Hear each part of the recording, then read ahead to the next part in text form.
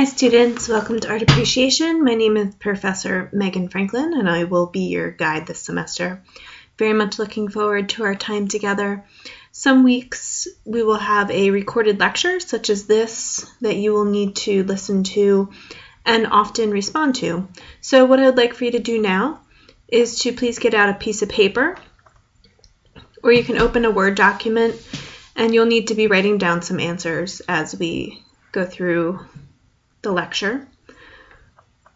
Once you have finished watching and reviewing the lecture, you will upload your document to Moodle. There will be an upload link for you there. If you've just jotted down answers on a separate piece of paper, that's great and totally fine. And what you can do is snap a photo of it with your phone and upload that photo to Moodle.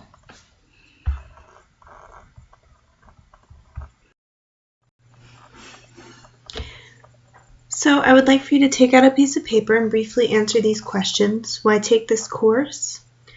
Do you have any interest in history, and if so, what period of time? What is your favorite artist? That can just be anyone off the top of your head when you think of an artist that you like. Do you create art? What is your major? What are your personal interests? What is the best way you learn, and what are your learning challenges? And do you have any accommodations you'd like to share with me? Next, what I would like for you to do is to write down as many artists as you can think of off the top of your head. That might just be one or two. That might be much more, 10, 11, 12. Either way, that's okay. Once you've completed that, please watch the video link here, 70 Million, by a band called Hold Your Horses. While you watch the video, every single time you recognize a painting, I'd like for you to put a little check mark on your piece of paper. So the video will show you several different images, and each time there's an image you recognize, a painting you've seen before, I want you to put a check mark. Some of those images will come back around. You do not need to write another check mark when they come back. The large question we'll be working to answer this semester is this question: what is art? And as you probably noticed from that exercise I had you do on our last slide, where you jotted down as many names as you could think of as artists, and then a moment later you watched that video, you'll most likely have, off the top of your head, thought of very few artists. Maybe you thought of Monet or Da Vinci. When you watch the video, you most likely recognized a lot more. So maybe you only were able to write down 2 or 3 names of artists, but when you watch the video, you had 8 or 10 check marks down. So we all have a really strong visual language for what art is, and are a lot more familiar with all of these images of art than we think we are. What I'd like for you to do right now is to please define the word art. Don't use your textbook. Don't look on Google. I want you to just answer this question very simply. What is art? When you think about art, what does it mean?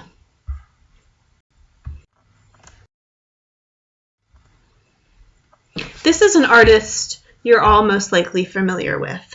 His name is Vincent van Gogh. And this is a self-portrait, meaning that it's a painting he did of himself. When we look at art, we realize that art is often very autobiographical.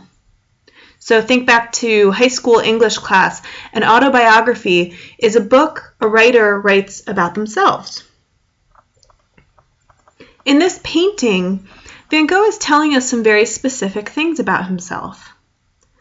For one, he's telling us he's clever. He signed Vincent on the back of the canvas that he's painting. He's also told us what the most important thing is to him. So if somebody's painting a picture of themselves, if they're doing a self-portrait, they're going to do that self-portrait revealing themselves in their most important guise or costume. And in this case, his greatest value, his most important guise, is that of an artist. For our purposes this semester, most art that we look at is going to fall into these three categories: pictures, sculpture, and architecture. Pictures is a Latin root word, and it means painting or likeness. The most important thing for you to remember about pictures is that the height, width, and depth are generally flat. So think of a piece of paper or a canvas. It's also important to remember that the subject heading here isn't paintings, it's pictures. So pictures will include paintings, it will include drawings, but it will also include things, if you look down at the materials, such as photographs and prints, tapestries, stained glass, mosaic. So it's really important that you remember this category and hold this in your head as pictures, not as paintings. The next category is sculpture.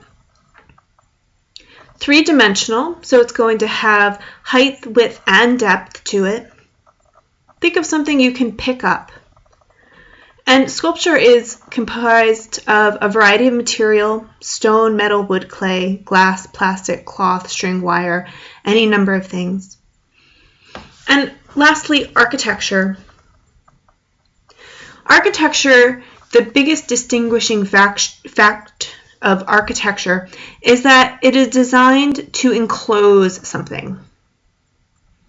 And as with sculpture, there's a great variety of material that might be used: metal, stone, brick, glass, and wood. This is another self-portrait. This is an artist by the name of Albrecht Dürer. He was primarily known as a printmaker, and we'll see some of his prints later in the semester. So when we think back to the work of Van Gogh, the most important thing Van Gogh was showing us was that he was a painter. And when we look at Dürer here, he's showing us by what he's gesturing to what was important to him. And let's look at him from top to bottom here. So he's looking straight into our eyes. He's pretty serious. He's not being shown with his painting tools or his drawing tools. He expects that you will know that he's a fine printmaker, a fine wood carver. What he wants us to see is what he's gesturing to with his right hand, and that is the fur on his very rich cloak he's wearing. So his most important thing for us to see about Albrecht Dürer is that he's wealthy, and his art has brought him wealth. As early as the Neolithic era, several thousand years ago, faces were molded out of plaster and shells. Ancient Egyptian pharaohs' faces were painted on his sarcophagus or coffin so that his soul would recognize its final resting place. This is a death mask from Mycenae in Greece from about 1500 BC. And this was the likeness of a specific person. So this was found placed over a body, and we know that this is a picture or a portrait of a specific person because we found many, many of these masks, and they all looked a little different. A patron is someone who commissions or sponsors a work of art. One example of that you should be pretty familiar with are the Egyptian pyramids. They were commissioned by a pharaoh to be a final resting place for his body before his death. Here, Emperor Qin's bodyguards, the Emperor Qin's army, we call this commonly the terracotta warriors, that were created in about 221 BC. Their function was to guard the king's body and his needs in the afterlife. Each one of these clay figures is individual, had individual weapons, individual clothes, facial features, hairstyles. So the patron is the person that pays for these things to happen, pays for these things to be built. Another example of that is the Parthenon in Athens, Greece.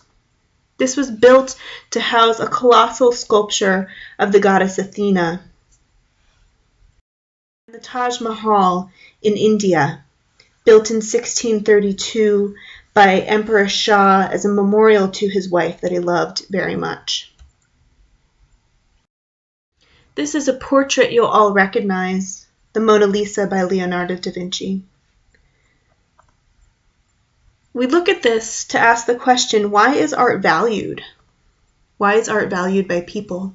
When we look at this as a portrait, there are hundreds, if not thousands, of portraits from the same period of time, the 1500s, that are equally as beautiful, if not more beautiful, more well executed. But this is considered one of the greatest treasures of all time. Why is that? We'll talk about the reasons why art is valued this semester. Please click on this link to watch this short video from the Khan Academy. I want you to think about these two statements. No society has lived without some form of art. The ability and longing to make art is uniquely human. So when we start in the second half of our semester with prehistory, with early man dating back nearly to the cavemen, as soon as we see intellect developing, as soon as we see man's capacity to be man, to come out of the crawling on four legs and to stand upright and to start fires and build tools, as early as we see that, we see the development of art and the desire to leave behind some form of art. Beyond that, something that makes us very special and very unique is our ability and longing to make images. We don't really see that in animals. We see it in nature. We see the beauty of the shells, the Fibonacci sequence, plants and leaves and weather patterns. But the longing to make images, to come up with unique and creative ideas, is a very human endeavor. We'll also talk a little bit about the ethics of art and the ethics of archaeology. Art itself, I'll use these terms a lot, so I just want to talk briefly about what art and archaeology and the distinction is.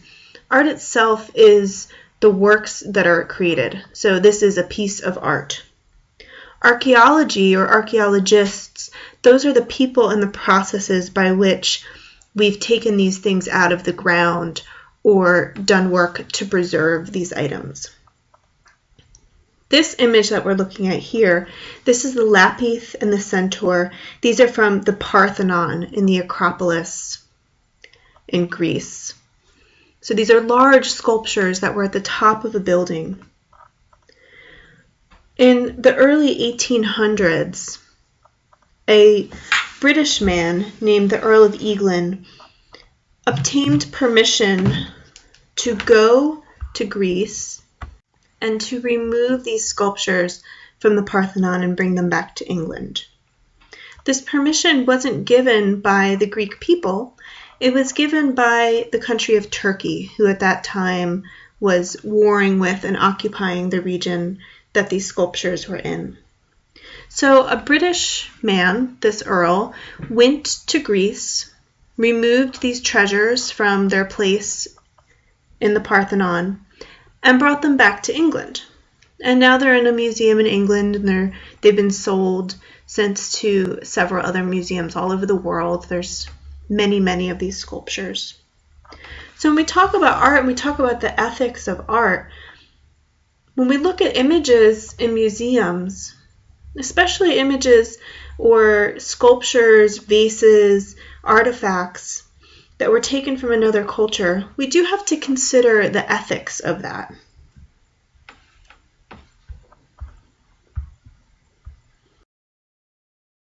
When we look at art or think about art, there's often an assumption that art is true to life. And in this piece here, this is Joseph Kuth's 1 and 3 chairs. He's asking us to look at that assumption. We have a chair, we have a picture of a chair, and a definition of a chair. He's asking us, which is the real chair? Which is the genuine chair? When we look at this image, René Magritte's The Betrayal of Images, it's a picture of a pipe, a very realistic, not changed pipe. But underneath it, in French, it says, "This is not a pipe." So Magritte is poking fun at us. When we look at a picture of something, we say, "Oh, that's a cat." And in reality, it's not a cat. It's a picture of a cat. So in this case, he's saying this is not a pipe. This is a picture of a pipe. In this image, we see God being shown as an architect. So there is the large figure of God with his little Greek halo surrounding his head here. His architecture tools, and the primordial earth beneath him. So not with all the continents on it, but a little bit of land, a little bit of water, a little bit of earth and grass. In art, there's often a fine line between reality and illusion. A famous artist, Alberti, called the artists the alter deus, or the other god. Da Vinci said that artists are God's grandchildren, and that painting is the grandchild of nature. Artists like Da Vinci were referred to as divine. They were a reflection of divine inspiration. In this image by Peter Bruegel the Elder from 1563, man rivals God as the architect. This is the Tower of Babel. So man began building and building and building as close as he could get to the heavens. And no one was supposed to build into the heavens except for God. The metaphor here is that those that were trying to build as high as God, their ambitions would be collapsed. And you see a meeting of the men here to talk about what had happened. Why did the building not succeed? And God cursed them all with different languages and had them scatter across the earth, forming all the different groups that spoke different languages.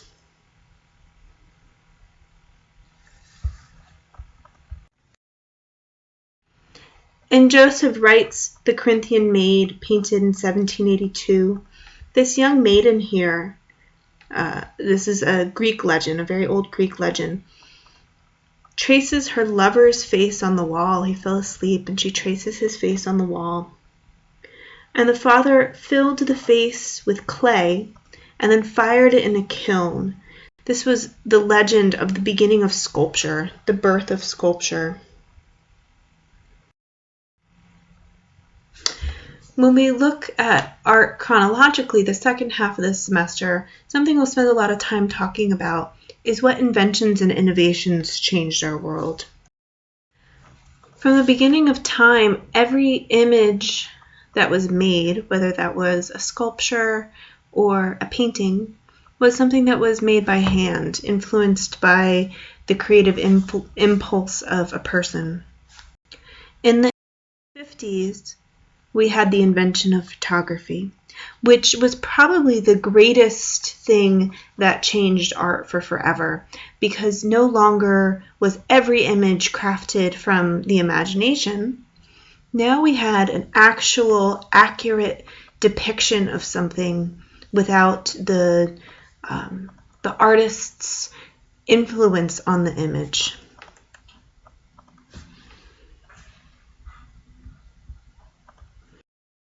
When we look at architecture, it's not only about buildings that enclose things, but buildings and architecture that are about having an experience. This is an image of the great stupa at Sanchi. A stupa is a Buddhist ritual place that does not have an interior. What's buried underneath are some of the ashes of the Buddha. And when people come and visit this, it's not about going inside of the building, but circumambulating around or walking around the building. When we talk about different pieces of art, often there's hidden symbols inside the art. We refer to those symbols as iconography. And in the next slide we're going to reveal some of the iconography of Mary and baby Jesus. So iconography is a subject, symbol, or motif used in an image that helps us understand its meaning. Here, this John Van Eyck painting of the Virgin Mary in a church. It's about the relationship of Mary and the church. When you look at her here, she's wearing a crown here, which tells us that she's being shown as a queen. She's set in space in this church here with a little baby. This is going to be baby Jesus. But you'll notice that baby Jesus is not clothed. He's nude, just wrapped in a little towel or blanket. And this tells us that they're at home. This is how a mother would carry her child around in their own house, not how a mother would go visiting or go to a church. So this is telling us that Mary is at home in a church, or that the church is her home. So as we start to decode and analyze some of these paintings, we can really learn a lot about the image without knowing much about the image specifically. So now you know when you see a woman with a baby like this, it's often going to be the Virgin Mary and the child. And when she wears a crown like that, we're being asked to see her as a queen. And another thing I want to point out about this image, look how tall she is here. And look at these doorways next to her. These beautiful Gothic pointed arches next to her. She wouldn't fit through them. So she's being shown in what we call hierarchical scale. She's being shown a lot bigger than the other things around her, meaning that she's the most important thing in the image. We'll see some of these throughout the semester. These are floor plans. So this is the Parthenon, floor plan of the Parthenon. Each of these black dots here represents a column. So we're looking straight down on the Parthenon from above, like an eagle would. These black solid lines, as you can imagine, form walls. And then on the outside here, we have stairs going down. We'll also look at things called elevations. So the floor plan was the view from an eagle's eye. An elevation is the view from the front. So an elevation will show us often sculptures. So in this case, these sculptures here. The steps in the front, those columns we were just looking at from the front point of view. I briefly spoke about the word archaeology, and this is an example of an archaeological dig. So when we look at these artifacts that we find, such as the mask of Agamemnon, they come from being buried in the ground for a very long period of time.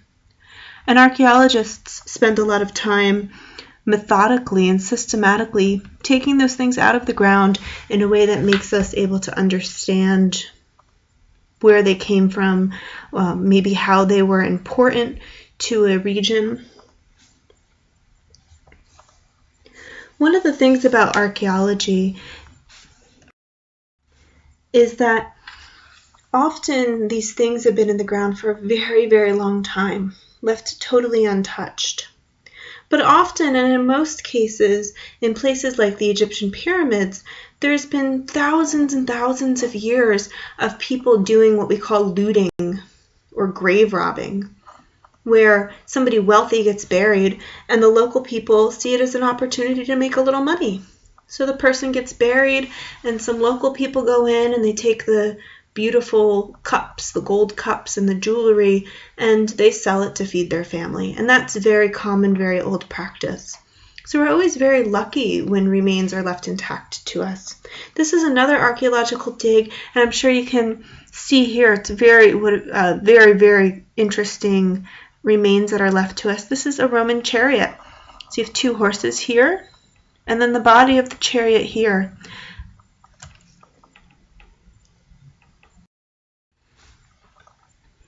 In this course, we will mostly be focusing on the visual arts, drawing, painting, sculpture, film, architecture, and design.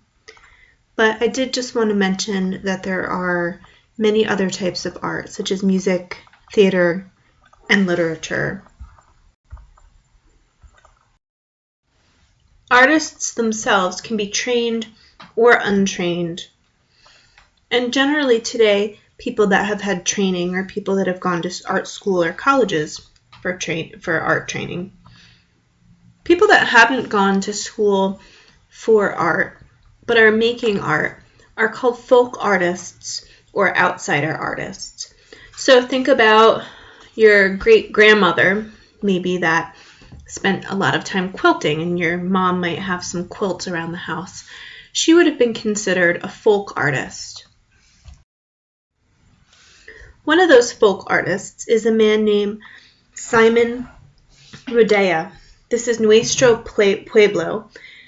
This is a large compound that this man has built, about 100 feet high, built of all different little bits of discarded material. Some of the different types of things he used were metal pipes, bed frames, all held together without the use of power tools. Everything was built by hand.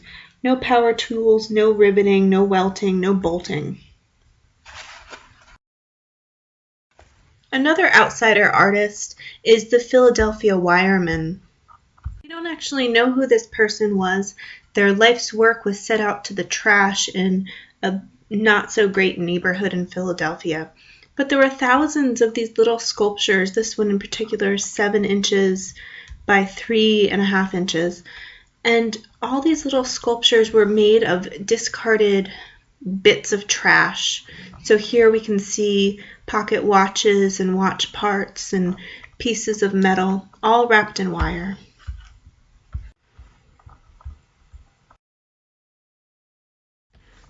There are 3 different categories for talking about how realistic or true-to-life art is. The first being representational, the second being abstract, and the third being non-representational, sometimes called non-objective or non-figurative. This first category, representational art, will depict the appearance of something as it is. So if it's an image of a woman, we very clearly have represented a picture of a woman, the way she looks, the way her hair is, the way her eyes are, the way her smile is, the type of room she's set in. This image here is a representational piece of art that represents a pipe and tobacco. Very clearly, this is supposed to be true to life. It doesn't look like a photograph because nothing can look like a photograph except for a photograph. But the artist did its very best to show a little pouch of tobacco ripped open, some ashes pouring out of the pipe, matches. It's supposed to look true to life. In talking about abstract art starts with an image that we can recognize. So using that example of a portrait of a woman, but changes its reference point. So often objects are simplified, distorted, or exaggerated in different ways. Sometimes we might need a verbal cue. Maybe the artist will name the image picture of a woman in order to help us along, give us a leg up to recognize the woman. We may have to search for it in the image, but the image will be there. This is Picasso's Woman with a Fan. So we know it's a picture of a woman, We can see clearly a large breast on her chest, her hair pulled back or short hair, and we know that she has all of her parts, even though they're a little distorted. So we can see her arms, her face, her nose, her eyes. What makes this piece abstract is that it's not true to reality. Women don't actually look like this. We see disjointed shoulders. We see a fan for a nose, mirrored by this fan in her hand. One large breast displayed to us, another hidden or non-existent. So this still represents a woman. We can see that it's a woman, but it's been abstracted or changed in a way. We talk about non-representational art or non-objective, non-figurative art. We're looking at a form with no specific reference to anything based in reality. So think about music, what music might be. Kandinsky used music in order to satisfy his need to make art. So here is a non-representational piece or a non-figurative piece. There's no images in it for us to recognize. These are not pictures of mountains, even though there's upside down triangles. They're just shapes and color and an odd mix of things. But there's nothing here for us to see. There's no woman, there's no pipe. I want to finish our short lecture this week with having you watch this video on a wonderful artist named John Baldessari. It's really okay if you don't like his work or think what he did is not actually art. And you'll see halfway through it, he admits it, that all he did was put dots over people's faces. And he has had all of these world-traveled exhibitions. What I want you to take away from this is some of the things he says at the end about what makes an artist important or special, about the drive to create art having to come from within you. And also that as an artist, many artists are obsessed and really need to make art. That the only way they can satisfy this deep primordial urge inside of themselves is to make and create art. So please watch the video about John Baldessari, upload your notes from this week's lecture, and good luck with your work this week online.